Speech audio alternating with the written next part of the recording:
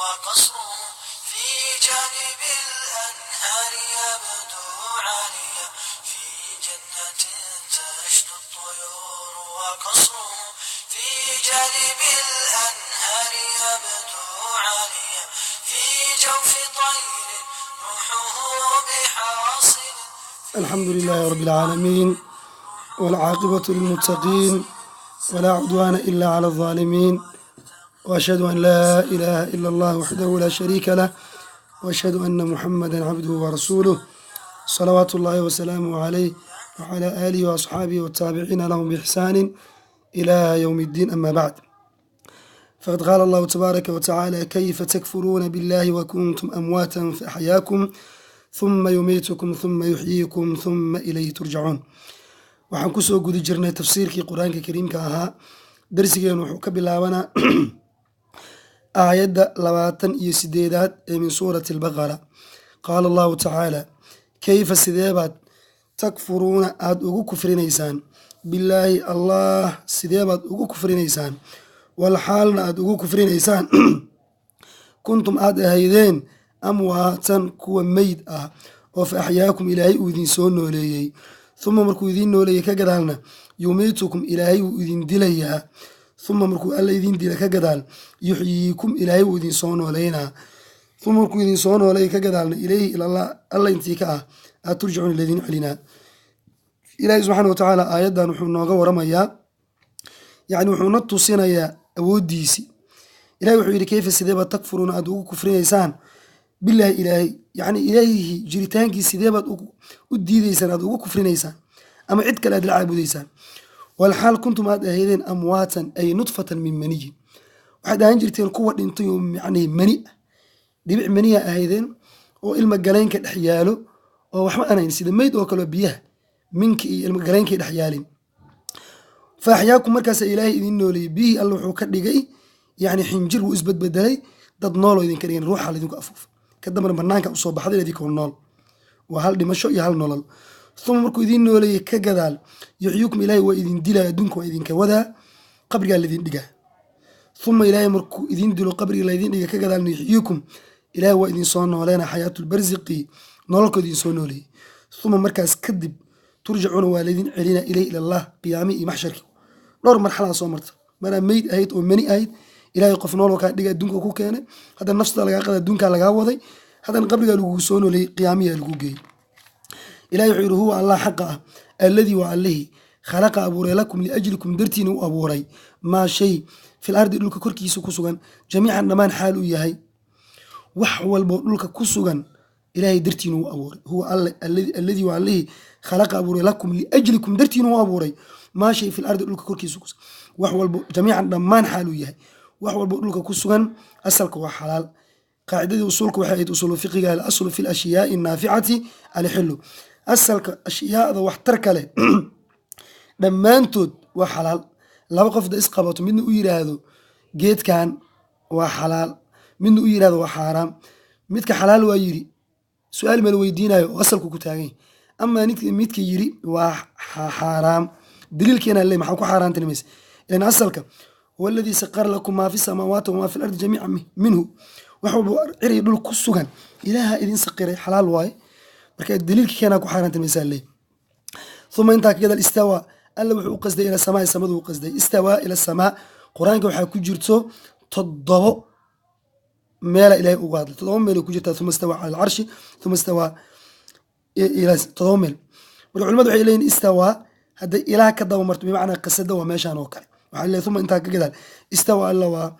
yacni wuxuu u qasday ila samaa, samadu u qasday, markuu dhulka abuuray samadu u qasday. haddii calaa ay ka daba marto cala alcarshi iyo cala samaawatina bimacnaa irtafac wa calaa, waa saas mujaahida ku fasiray iyo maxaa la dhihi jiray abulcaaliya oo labadaba taabici ah. ilaahay waa kor noqday, waay carshigoo ka kor noqday, markaas saasaa lagu fasiray. marka uma intaa kale istawa alla waa kor noqday ila samaa, samada ayuu kor noqday ama u qasday. fasawaahunna ilaahay fasawaa alla wuxuu ka dhigay bimacnaa sayara, fasawaa alla wuxuu ka dhigay hunna samaawaadkii, bimacnaa waxaa loogu celinaa biictibaari ilmacnaa loogu celinaa. samaa waa yani waa mufrad, yani hunna jamac waay, laakiin asha ku jirta samaawada yani ash cumuumay tusaye bimacnaa biictibaari ilmacnaa loogu celinaa. fasawaa alle wuxuu ka dhigi huna samaawaatki 7 samaawatin samooyin 7 ka dhigi wahuwa alle caliimun alla ku cilmi badan bikulli shayin wax walbaba ilahi wuxuu yiri subxaana watacaala wadkur sheeg nabiga suubanow id waqti sheeg qaala rabbuka rabbigaa uu yiri lilmalaa'ikati malaa'igta uu ku yiri innii aniga jaacilun midkii yeelayaan ahay fil ardi dhulka korkiisi khaliifaan yeelaya wa aadamaan dhulka geynaya bani aadam khaliifa waxaa kale lagu fasiray innii aniga jaacilun kii yeelayaan ahay fil ardi dhulka korkiisi khaliifatan ummatan yakhlufu bacduha bacda ummad dhulka isku badbadasho aan geynaa oo bani aadam ah ilahay sidaasuu malaa'igta ku yiri ama aadam aan geynaa qaaluu malaa'igtu waxay yidhahdeen tajcalu allow ma yeelaysaa fiiha arlada dhexdeedii manduul miyaad yeelaysaa yufsidu fasaadinayo fiiha arlada dhexdeeda oo dad dhulka fasaadinayo oo bani aadam maa dhulka geyne oo wasfiku daadinaya addimaa dhiigyaalki walxaalna miyaad allow yeelaysaa dadkaas naxnu anagoo malaa'igta ah nusabixu aan tasbiixsanayno subxaana allahi aan ku hayno bixamdi rabbika mahadintaada xaal aan ku dhehana annagoo subxaana allah walxamdulilah aan dhehayno miyaad dad yeelay dad kale wanuqadisu laka aan ku dahireyno oo nuqsaan oo dhan aan kaa hufeyno qaala ilahi wuxuu yidhi innii aniga aclamu waxaan ogahay maa shay laa taclamuuna idnaan ogey culummadu waxay isweydiiyeen ilaahay bani aadamka ma abuurin aadam hadda kadib aan abuuraa malaa'igtu u sheegay malaa'igtan waxay dhahday dhiigoo daadina yani dhulkoo fasaadinaa malaa'igtiisay ku ogaadeen aadam caruurtiisa inay wax baabi'inayaan qaarna waxu yihin qaarna wanaagsan yihin culummada 3 qowlay ka yidhahdeen qaar waxay yidhahdeen waxay ku ogaadeen ilaaha si qaas ugu sheegay cilmi qaas ah oo khusuusi ah ilaahay malaa'igtu u sheegay saasay ku ogaadeen culamada qaar waxay yidhahdeen maya waxay yidhaahdeen waa qowlka labaadee yacni dhulka horta kor waxaa joogi jiray jinnigaasaa dhulka joogi jiray bad iyo beri waa isku qasay waa isku furfur iyagaa isdagaalay waa isjijibiyeen dhulka waa fasaadiyeen dhiigan waa daadiyeen jinnigaa marka dhegtooda ka yeera waxay isleedahay bini aadam la abuuro jinniga waxba talo ma dhaami doonaane sida jinnigoo kale dhulka fasaadinayan dhiigana daadinayan sidaas halkaasay uga qiyaas qaateen yirahdeen qowlka labaad qowlka saddexaad wuxuu yidhi maya waxay ku ogaadeen bani aadamka sidiis waxaa laga abuura horta hore ciid cara waxaa laga abuura cad mid madow mid guduud mid jilicsan mid adag mid dhexdhexaad ah mid jaallo ah mid boor leh midaan boor lahayn mid dhegdhegayso midaan dhegdhegayn caradaasi u kala duwan tahay waxay ogaadeen bani aadamkan inuu sidaas u kala duwanaan doono mid xun mid san mid dabeecad qalafsan mid dabeecad wanaagsan hadba caradasay u kala duwaneyd oo midabkooda iyo dabeecadooda iyo dhaqankooda u kala duwanaana sidaas halkaasay ka fahmeen saddexdaas qowl ku jirta laakiin wala cilmu cinda allah ilaah subxaanahu watacaala yaqaan qaala tacaala ilahi wuxuu yidhi jala jalaaluhu wacallama ilaahay wuxuu baray aadama nebi aadam al asmaa'a magacyaalkiiyoo baray kullaha magacyaalka dhammaantood ayuu ilaahay baray wax walba kan geedaa la yidhahdaa kan buur waaye kan malag waaye kan geed hindi waaye kan waxawaaye malaay waaye kan waxaa la yidhahdaa yaxaas waaye kan waraabo waaye kan geedkan geed waxaa la yidhahdaa tiitin waaye geedkan waxa waaye zeytu wax walbo samada iyo cirka ku yaal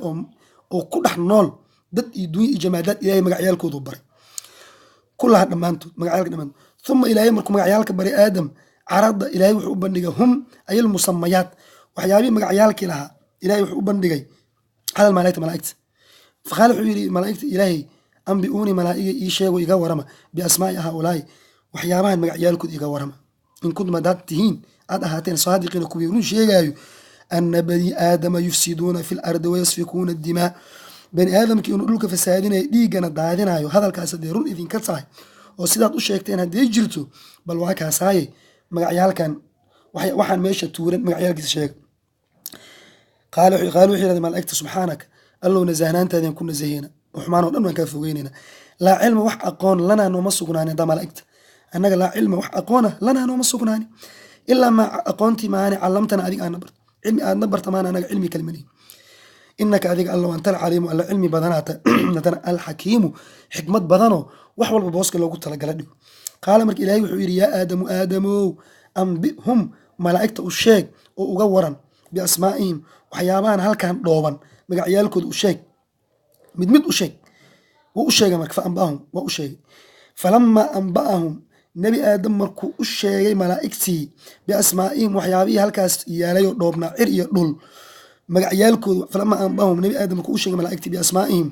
waxyaabahaas cir iyo dhul ku jiray magacyaalkoodii markuu u sheegay malaa'igtii qaala wuxuu yidhi ilaahay alam aqul lakum malaa'igay muwaanan idiin oran hadda ka hor innii aniga aclam waxaan ogahay hayba asamaawaati waalardi dhulka iyo ciraryaalka waxyaabaa ku qarsoon oo makhluuqa ka qarsoon aan ogahay ilahay wax ka qarsan mara wax walba makhluuqa ka maqan oo ka qarsoon anigu waan ogahay soo intaan idiin iri ceri dhulaba ku jiri